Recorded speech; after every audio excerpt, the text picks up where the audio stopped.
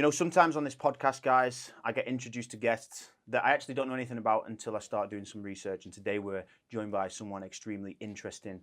I'm here today with Kalojan, also known as Kalo to his friends, serial entrepreneur, over 100 startup businesses, and the founder of probably one of the most incredible little resorts I've seen, or maybe not so little, in Zanzibar. So, Kalo, thank you so much for coming on my podcast today. Now, I always like to start these podcasts with a bit of a random question, an icebreaker. What is your morning routine? What's my morning routine? That was actually quite a good question. Yeah. Yeah, usually in the morning, I'm living in Zanzibar, first of all, maybe you know about that already. So when I wake up in the morning quite early, at about 6 o'clock, because Zanzibar is right at the equator and day and night is exactly equal, so it's 12 hours. I wake up at 6, then I have about 1 hour of my just walking the beach, running the beach or something like this. This is my meditation. Yep. Then at about 7 o'clock, 7:15, I go to my gym. We have an amazing gym there. I'm very happy that we managed to build actually the biggest gym and best gym in all of Tanzania. So it's right in front of my house, right on the beach. Mm-hmm. So I go to the gym, then I'm doing my training with my private trainer there.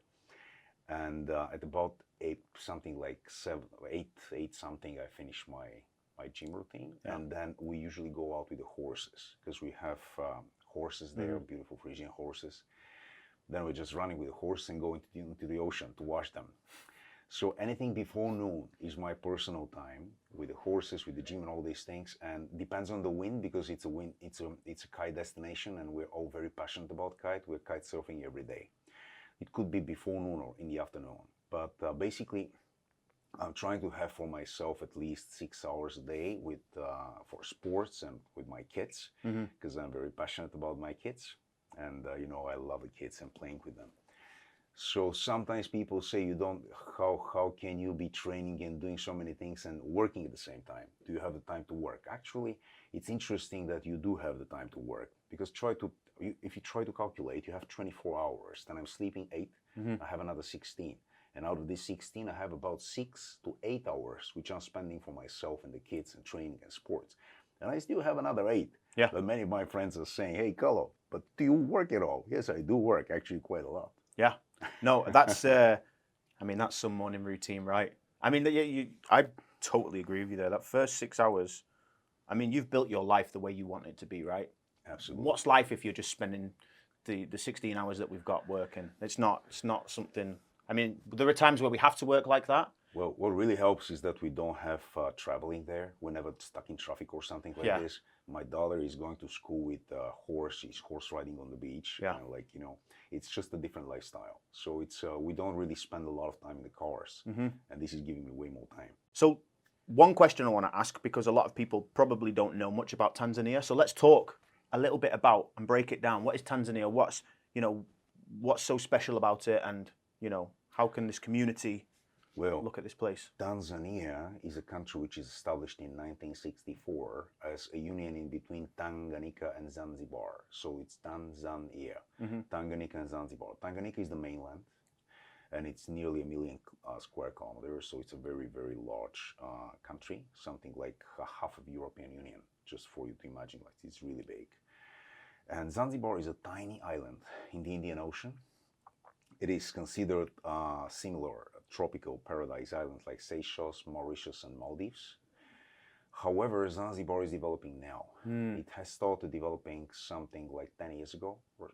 Something like 10 years ago. And then now it's considered one of the fastest booming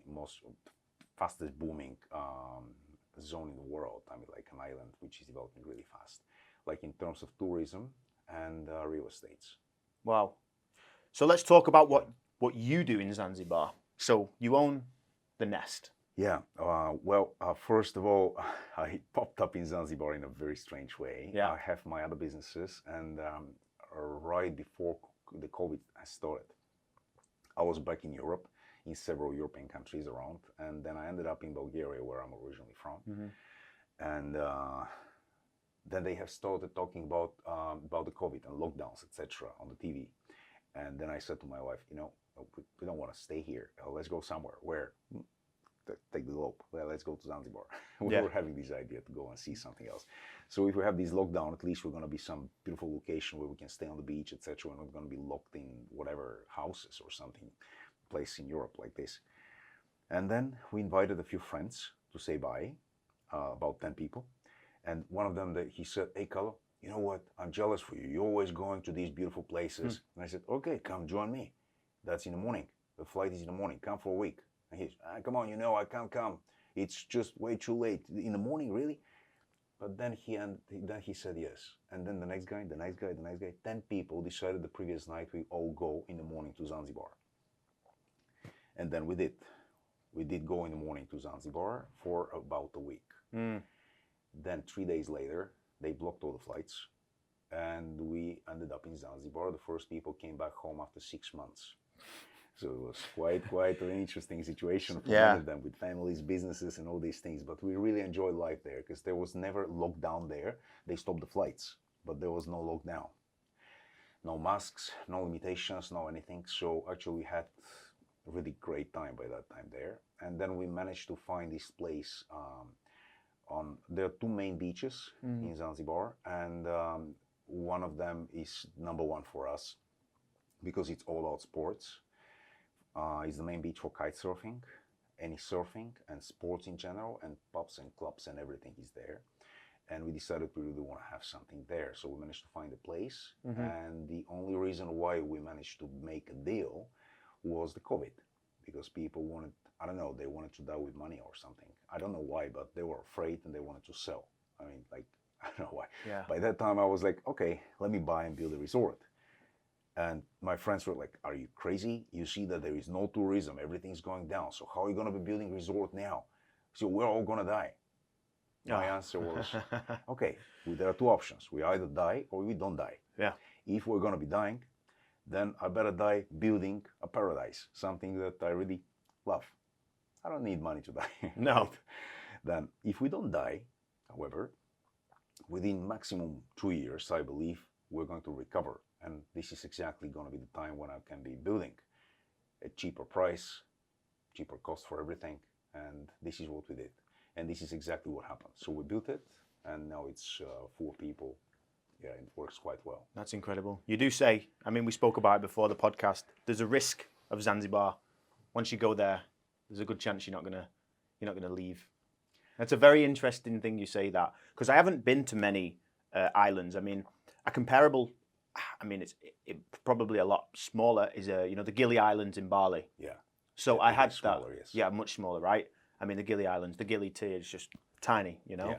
But you do get that sense of, that tropical lifestyle secluded on an island. And I guess Zanzibar is just a much bigger scale Maybe version like of that. Bali. Yeah. Even Okay, so maybe Bali. slightly bigger than Bali. Yeah. But something like Bali.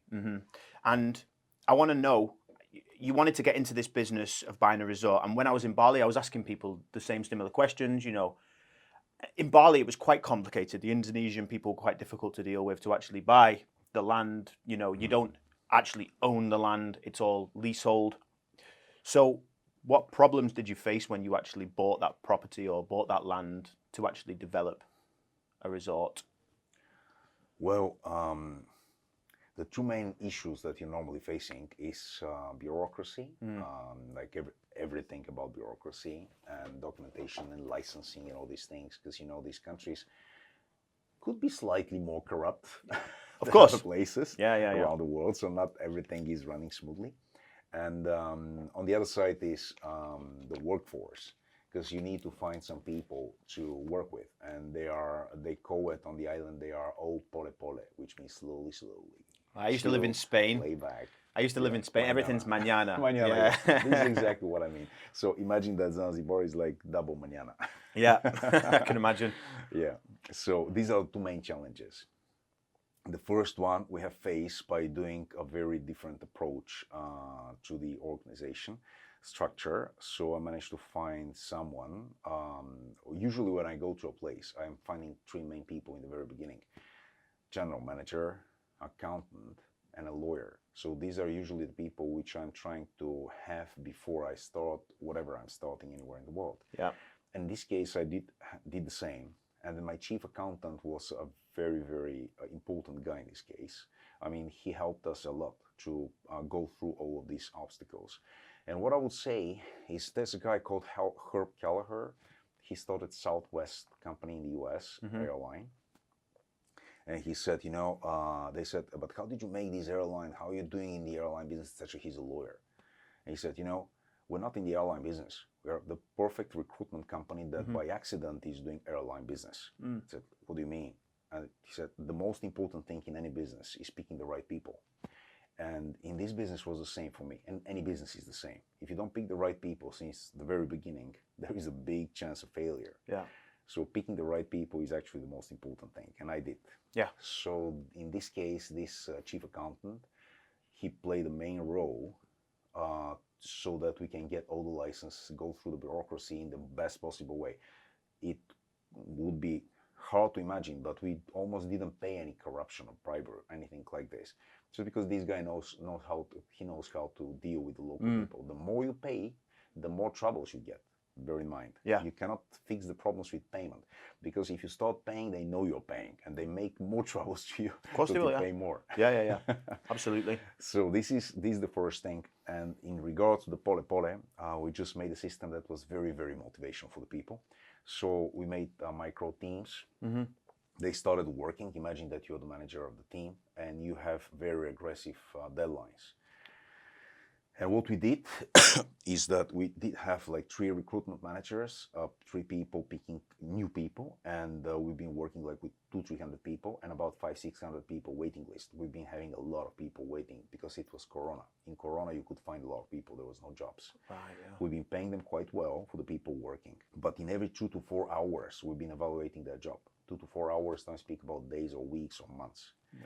Every 2 to 4 hours, we evaluate the job for the particular team with the supervisors, and then some people are getting notices, and then we change them after 4 hours. Every 2 to 4 hours, we've been actually firing and hiring about 50 people every day. For the ones that can stay for 3 days, you only stay at your work for 3 days. Then we double your wage, we double your salary. If you manage to stay at your work for 10 days, we double it again. So in a situation when there is no work, you can actually get a tremendously high salary if you are performing. And this is exactly what happened. 90% of the people have been fired within 10 days. Wow. But the 10% that are remaining are still part of the team. That's incredible. Yeah. I've never seen a system. That system must have worked super effectively. Especially, would you consider like Zanzibar quite a poor region? I wouldn't say quite a poor region. No. It is poor compared to Dubai or something like the developed cities. Everywhere seems poor compared to Dubai. Yeah. But I wouldn't say they're very poor. They're not hungry. No. They are not naked. I mean, they are like quite okay, because the temperature there is the lowest in the year is about 25 degrees, and the highest is 30 degrees. So the temperature weather is so good, and there is no hurricanes. There is nothing there, that people can literally live outside. And for this reason, their houses are very simple. If you go see their houses, you'll see that they are like really simple, like just the roof and like nothing there. But when you ask them, they're not miserable for this. They don't want to have another thing. For example, I gave a bonus for one of my workers there, and he came with a new iPhone. Why do you need a new iPhone? You don't have windows in your house. And he said, sir, but it's so nice. It's nice, but you don't have windows. And he said, but honestly, I don't mean to offend you, but you guys, why do you want to have windows? And I said, I don't know. It's a part of the culture. Yeah. He said, if I put windows, I have to put an AC or something like this. I don't need anything like this. But I said, at least for security. He said, I live in the village. Nobody's stealing there. It's like, we know each other. It's an island. These people, they're like, they know each other. Yeah. And this is just a different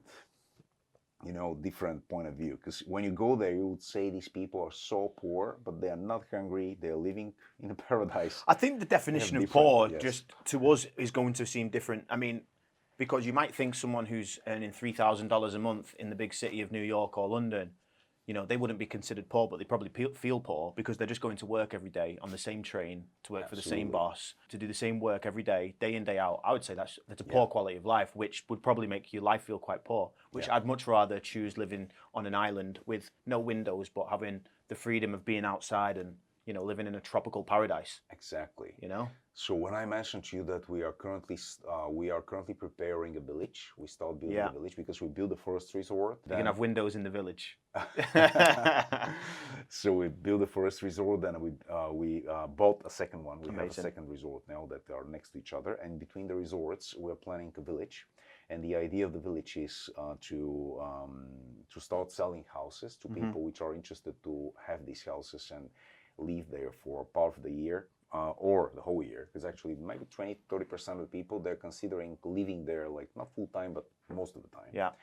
The reason is we're all about sports and active lifestyle. We're building our own farm behind, and the place is amazing for parties, active lifestyle. We're going to to mainland Africa, where you can find like 30-40 minutes away from us. It's Serengeti, Kilimanjaro, Wow. Ngorongoro. You can go, you can do trekkings, you can go jump with a helicopter on Kilimanjaro with skiing or something like this. It's actually absolutely amazing. This place is all about active lifestyle. And because the temperature is so good throughout the year, all the time, you're just active. And this is what we love. I mean, the whole team, we're all kite surfers and doing this stuff. And this is exactly what people like about this place. And for this reason, they want to buy houses. And whenever they're not there, they're renting the house with our resorts. But why I started telling you this, because when we have this, as I said already, when you have this outdoor living lifestyle, you don't really need a big house. No. Maybe windows is okay. Yeah. Because especially for Europeans, many people, they prefer to have an AC at least in the bedroom. Of course, yeah. Yes, so we do the houses like this, but you don't really need a big house. So most of the houses we have different type of houses in the village, because people designing themselves. We're just giving directions for tropical design houses, and they can customize these houses. But basically, you just need a small house. Just try to imagine yourself. You go there, small house. You're just sleeping there all the time. You're outside. Okay. That's the idea of the place. No, I love it. I mean, you've sold it to me already. I want to understand, because a lot of my audience are investors. So they are looking. How much do I put in? How much do I get out? So let's talk, if you can, talk about the figures a little bit. What would a typical small house cost? And does it have the ability to rent out compared to, you've got the nest, you've got your resorts, right? So it's a resort island. But what happens when the houses come on there? Will people rent them, or would they prefer to go to a resort? Well, let me try to summarize like this. First of all, the houses, we are selling first the land. Okay. And you pick the location. For example, you pick and you say, I'm going to be exactly there. The closer to the beach, to the water, of course, is more expensive, and it's cheaper when you go further away from the water. And the houses and the land, they vary from something like in the range of about less than $50,000, cheap as possible, which it would be just a room, a house, separate house, but like just one room and like a very small living area or something like this. Imagine something like 30-40 square meters, and in square feet would be 300-400. Yeah. And of course, they are much bigger and bigger. Like a lot of people, they prefer like bigger houses. And the average type of a house is about 100 meters square, 1,000 square feet. Yeah. And then we have much bigger, of course. Of course, some yeah. people, they prefer to have like bigger villas. But basically, they're designing themselves. So when we're talking about these villas, which are the smallest possible, they start from something like $60,000-$70,000, and then they go. The mid-size type of villas are something in the range of about $200,000-$300,000, which is like mid-size, beautiful design. I think we can show to the people. Yeah, of course we will. Yeah. Photos, etc., to see what it is. But what is amazing about Zanzibar, a part of the lifestyle, like as I said already, you can go to a British international school, for example, your kids, which is on the beach riding with a horse, with a monkey on the shoulder, she's going barefoot, etc. This is a completely different lifestyle, Yeah. And then all about sports for the family and healthy food and all these things. We are trying to. One of my friends, he said that I'm building like a utopia, and I said no, the utopia is coming true, because essentially we are living in this utopia, and what we are just topping up, we top up with this utopia with just having the right people, the right community around us. because we love having smart people around us. When you go to the coffee outside or to the gym, you can meet people which are also giving you some intellectual challenges, more or less, because it's physical good, but you gotta have also this part, and this is one of the main reasons why we do it. But apart of this lifestyle, the second most important topic is that Zanzibar is now considered one of the most profitable destinations for investments. Zanzibar is coming after the Seychelles, Mauritius, and Maldives in regards to being a tropical paradise of the same kind in the Indian Ocean, perfect temperatures and everything. It has very good infrastructure. The airport is like 40 minutes from the village, and then imagine from Dubai, it's like 4 hours flight or something. It's nothing. Like this, direct flight. Yeah. Yeah, and you just land right next to the village. So infrastructure is great, and the island is developing, and this is a reason why we are reaching tremendously high levels of return on investment from rentals compared to capital investments. What do I mean is the average return on investment from rental after maintenance and taxes in Europe is 3.5%. Germany is going to 2 and lower now because of the taxation. Dubai is 7 to 9%. Average. I mean, of course, you can do better if you're professional in this. Yeah. But the average for Dubai is 7 to 9%. The average for Zanzibar is 15 to 20, and we go over 20. Reason why? If you go to the Nest Boutique Resort, for example, the average price is nearly $1,000 per night for a room. And this room is working 360 days a year because we don't have an off season. We have a low season, but we don't have off season. Even in the low season, we have over 50% of occupancy. Now is the low season. Right now, I was checking the statistics. We have 80% occupancy in the low season. And it's a low season just because the wind is not constant and we have a little bit of a rain. And when you have rain, and this is about 1 month a year, then you have the wind is not constant, then the kite surfers are not coming so much. I see, yeah. And this is changing the occupancy, but still at 80%. Come on, that's great, isn't it? Yeah. Absolutely. So on one side, this is one main reason why Zanzibar is getting into this high returns on investment, because it's going after these islands. Seychelles, Maldives, and Mauritius, they are already too developed. If you go by there, the return on investment that you can do is less than 5% already. Yeah. Reason why? The capital investment is already too expensive. I've seen that, yeah. I've seen some of the advertisements that get pushed to me, and it is super expensive. It is super expensive, yes. Just imagine, for example, you can sleep at my place for $1,000 per night. You can go to the Maldives and Seychelles, you can sleep again for $1,000 per night. But to buy a house with us could be, let's say, a few $100,000, and to buy in the Maldives would be a few $1 million. Right. So this makes the difference because the demand is high already in Zanzibar, and the supply is not there. And there is a gap now. For the next few years, maybe at least 5 years, there will be a gap for the supply demand. Okay. So tell me, from, let's say, today, how long, if someone bought a piece of land, is it going to take until they can move into their new home? So what's the lead time on properties being built right now? What we do now, we have opened the sales just about a week ago, very successfully. It's running quite well now. And by the end of the year, we are planning to do only architecture work. So what we do is, imagine you're the client. Then you say, this is my spot there. I like this piece of land. That was where my house is going to be. It's a small, tiny piece of land because it's expensive land already, because we are the very, very best location. So it's quite costly. That's why the piece of land are small.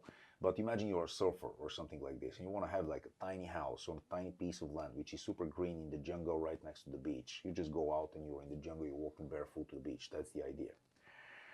So we do the design, architecture, and everything with you for your house. So we give you just the foundations, and then we can make one room, more or less, and the swimming pool on the left, on the right. We start customizing for you. So by the end of this year, we're only going to be customizing for the customers. And we're just finishing the design, architecture, and everything. So next year, we're going to start building, and we're planning to close it within 12 months. By contract, we put 18 months, but we'll try to close everything within 12 months. The whole village. We build it like a resort, the whole village from scratch. And we'll try to close it that fast just because all around are hotels and restaurants. So we cannot really build for forever. So we have to be quite fast. The same as we did with the Nest in the beginning. Okay, that's amazing. I mean, I was already picturing myself, you know, in this land with a little. I see you're so well fit, by the way, that you're really gonna fit there. Yeah, of course. Don't tempt me. So, all right. So, if I was obviously going to be purchasing a property, piece of land, we build it together. What are the risks involved? For example, you know the risks in Dubai. People buy off plan all the time, right? Off plan's massive in Dubai. You get it on a payment plan. The risk is probably right now because everything is controlled by the government. Like, so your money is safe. The biggest risk is that there's a delay with the development, which is not that bad. What's the risk in Zanzibar? Well, off-plan developments are having similar risks all around the world. To make the risk like more, you know, not so high, call it like this, what we do is that people can be paying on installments. And what you do, just for you to imagine the steps. So step number one is that you make a reservation which costs you only $1,000. And then you say reserve plot number, whatever, 50, for example. Let's say this plot is $100,000. Say once you reserve it, you're gonna have 1 month to check the contract. And we're gonna send you the contract to see for the plot acquisition. So once you're ready, you sign the contract, you have to pay 50% plot price. For example, let's say this $50,000, just to make it easy. And then you pay this, and then you have another 6 months to pay the rest, the remaining part of the plot. Then within these 6 months, we give you the architects, and you start working on your dream house. Then after 6 months, we have to know how big is the house, how much is the price, and everything, because you make it. You can make it cheap or expensive, big or small, whatever you make, because you just pick a design, some design, basic tropical design that we give you, and then you start customizing. Even the materials, you can be customizing quite a lot.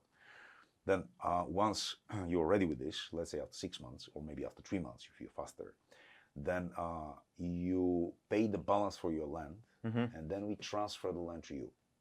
This we do so that you are more safe. You're not going to be waiting for the final development to finish. You're going to have a piece of land already, yours. So this we do just to make sure that people are more on the safe side, to address this issue.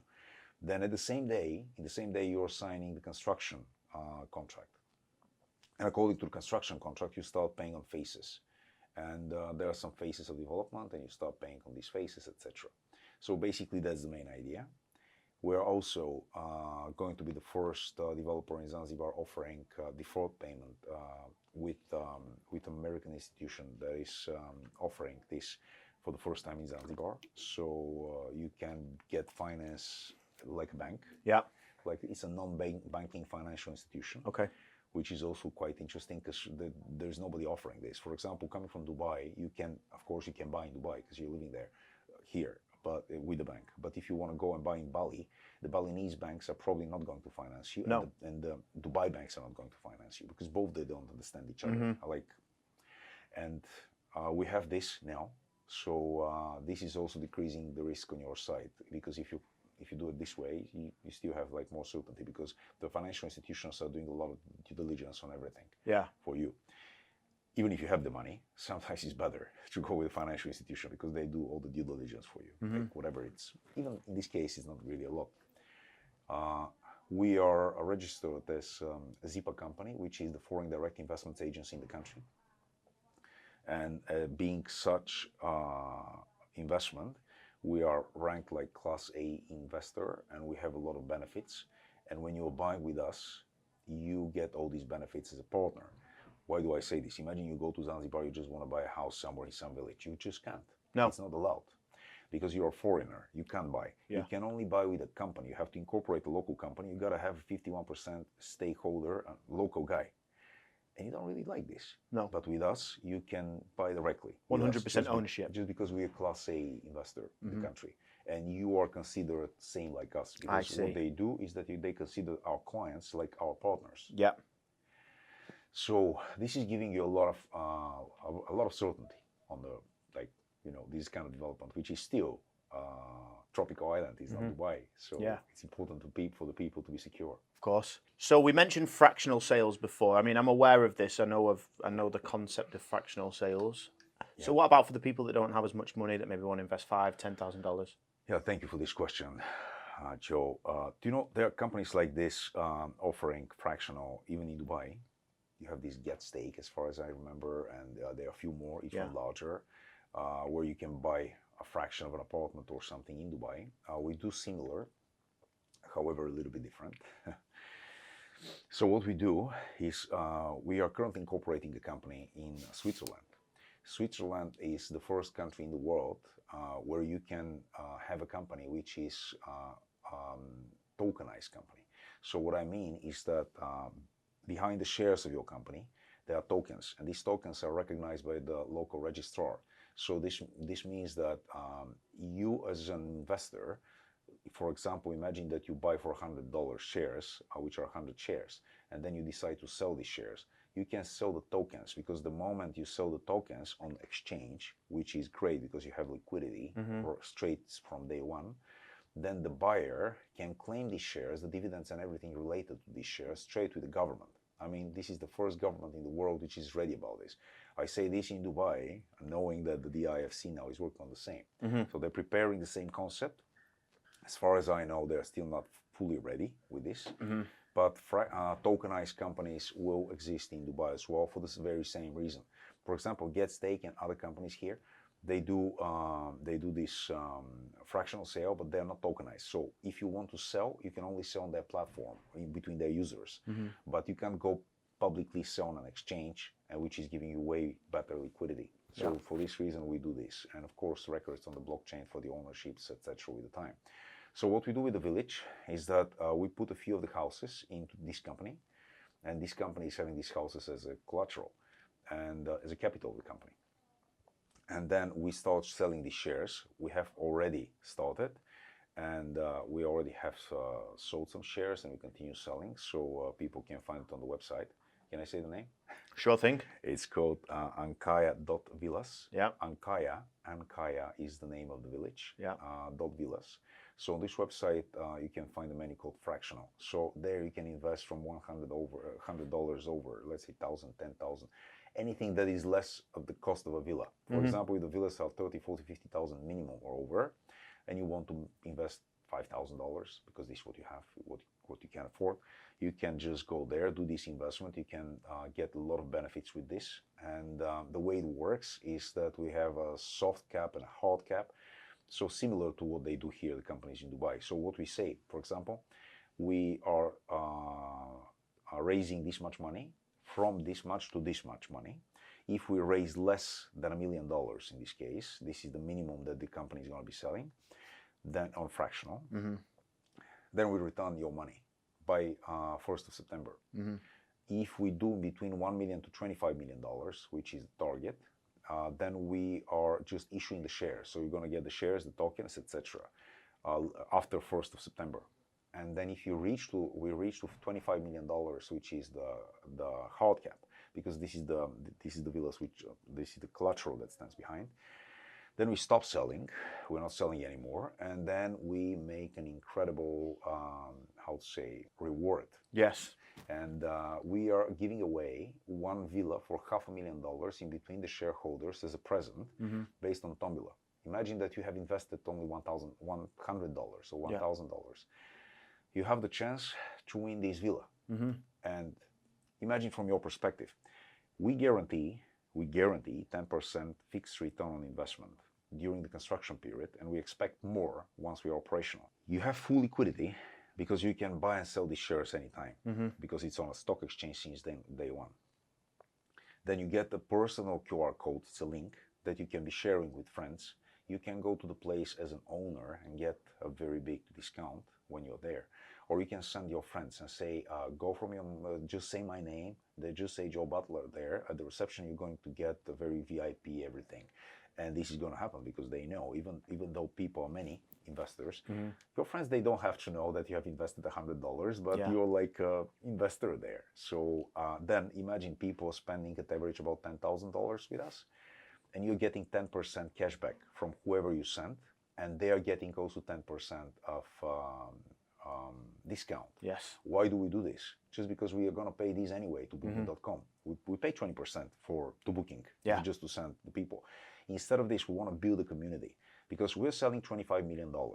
And these $25 million at fractions of $100 per piece is 250,000 people. Imagine they're going to invest more than 100. Imagine these are 100,000 people. Essentially what we do, we're going to get a huge community of people, 100,000 people, which are going to be talking about us, sharing, buying, doing the next steps with us, etc., which cost us nothing. Because what we essentially give to them is what we're giving to booking.com anyway. Yeah. So we're just going to give it to our community instead of giving it to Booking, Expedia, or another platform. So this is the main reason why we do this. And building this community is going to help us to make the next step, which is very essential, because currently we're preparing to make the first REIT, Real Estate Investment Trust, in Zanzibar, because there is nothing like this. The country is very quickly developing for the last 10 years only. So for this reason, there is still no institutional fund for land acquisition, and we're planning to have the first one. And we're planning to do fundraising with myself and a few friends of mine and friends of friends, fundraise, just put some money there, a few $1 million. We start buying lands, and then we are going to make a community race to buy more and more lands. Because Zanzibar is not only a tropical destination, which is going after Seychelles, Maldives, and Mauritius, but Zanzibar is only 5-10 minutes flight away from Central Africa. And Central Africa doesn't have an economic zone. What I mean is where we stand now, Dubai, Singapore, Hong Kong, etc. These are the financial hubs for Asia. How many of those are there in Africa? Not even one. No. Not even one. And it's coming now. So there are a lot of companies and governments which are considering being something like this, turning into something like this. And Zanzibar being green, clean, safe, predictable, 10 minutes away from Central Africa with the perfect weather all the time, could be something like the Singapore of Africa, and this is the strategy. So this is going into a very interesting direction. You can see it online. They're already building a big city called Fumba Town, and Fumba 1 and Fumba 2, looking a little bit like Dubai. In Zanzibar? In Zanzibar.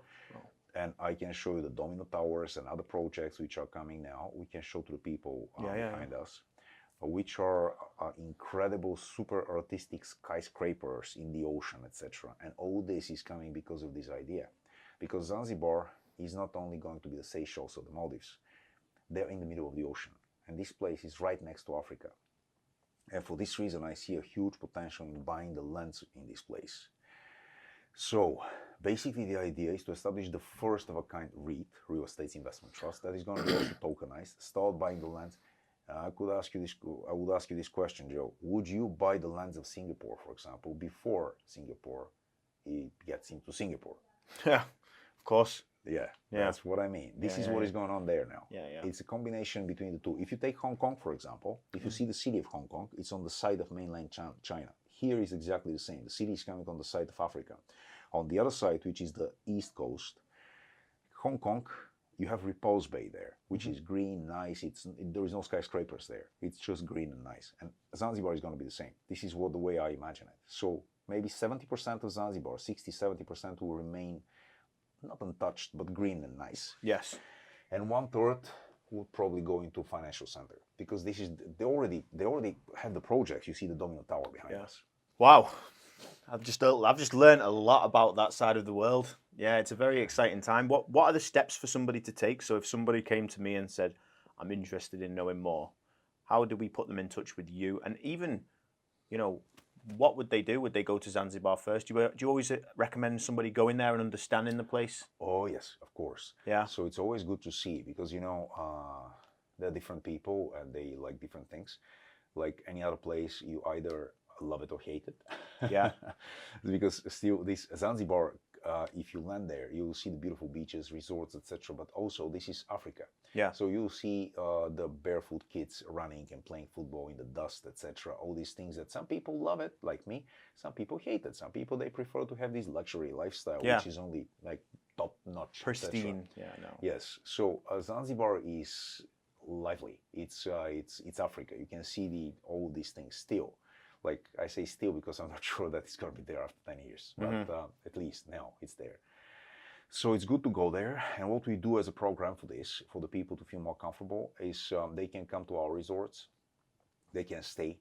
And if they sign their agreements for investments over particular numbers, then we just make their stay for free, which is significant, by the way, because at average people spend about $10,000 with us.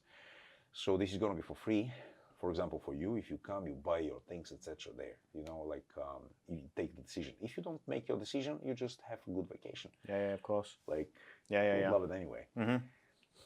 That's incredible. So people would they'd take their time out and come and see the nest, and then they'd obviously get in contact with you or your team. Yeah. And then they would make the arrangements like that, right? Absolutely.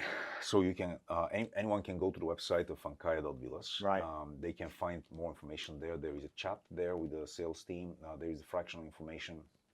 There's quite a lot of information there. Of course, they can get in touch with me personally. I'm always available to discuss different opportunities.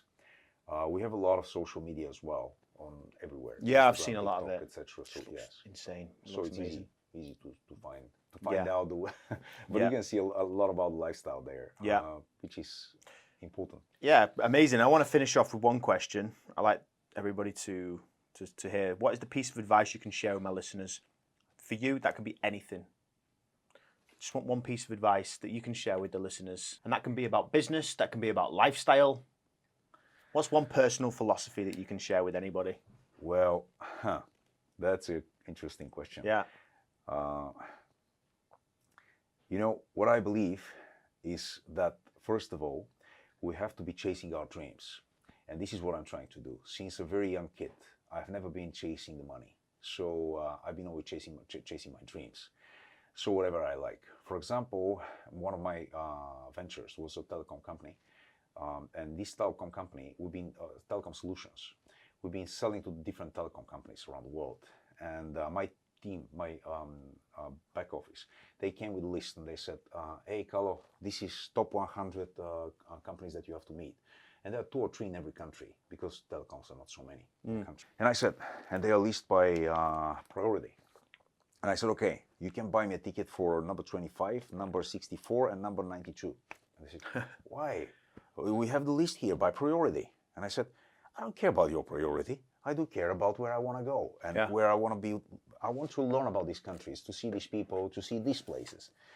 So what I've always been doing is going after what I love emotionally and you know, like what I feel that I want to learn about. Not so much about the money. And I feel that in this way, people actually can be fulfilling their dreams way more efficiently.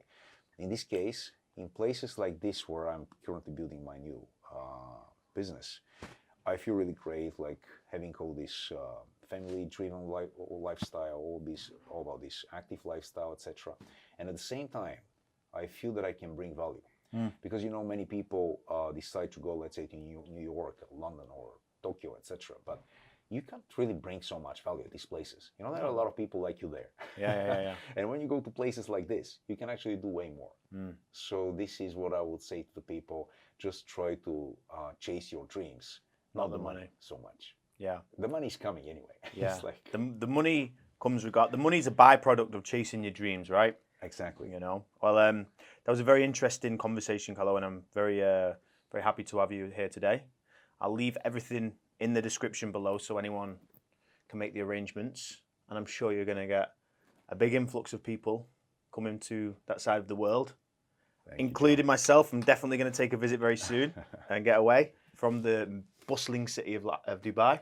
Yeah. But yeah, thank you very much for coming on today. And I'm sure we'll see each other again soon. Thanks, Joe. It's 4 hours away. Just take the plane at the weekend. Exactly. Perfect.